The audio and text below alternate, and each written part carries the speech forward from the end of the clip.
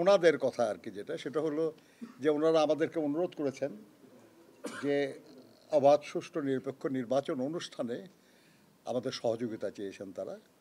আমরা অবশ্যই তাতে সম্মতি জানিয়েছি যে নিশ্চয়ই আমরা সহযোগিতা করব এবং নির্বাচনী আচরণ বিধি মেনে চলা যাতে করে সুষ্ঠু নির্বাচনটা সম্ভব হয়।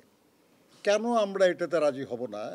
যে নির্বাচনের জন্য আমাদের সাথীরা জীবন দিয়েছে, দীর্ঘ 16 বছর অবিরাম লড়াই করেছি আমরা, এবং আমাদের অনেক সাথী গুম হয়েছে, খুন হয়েছে, লক্ষ লক্ষ নেতাকর্মী আমাদের মিথ্যা মামলায় শিকার হয়েছে, জেল খেটেছে, হয়রানির শিকার হয়েছে, এবং শেষ পর্যন্ত 24-এর ছাত্র শ্রমিক গণঅভ্যুত্থানের মাধ্যমে আমরা একটা বিজয়ের একটা অংশ অর্জন করেছি। অর্থাৎ আমরা ফ্যাসিবাদের হাত থেকে মুক্ত হয়েছি। যে এক দফা দাবিতে আমরা আন্দোলন করছিলাম সেটার পূর্ণ হবে তখনই যখন আমাদের দেশে গণতন্ত্র পুনঃপ্রতিষ্ঠা হবে। আর গণতন্ত্র পুনঃপ্রতিষ্ঠা তো নির্বাচনের মাধ্যম ছাড়া হয় না। অতএব আমাদের যে দাবিতে আমরা আন্দোলন করছিলাম সেই দাবিকে সফল করার জন্য অবশ্যই আমরা সহযোগিতা করব।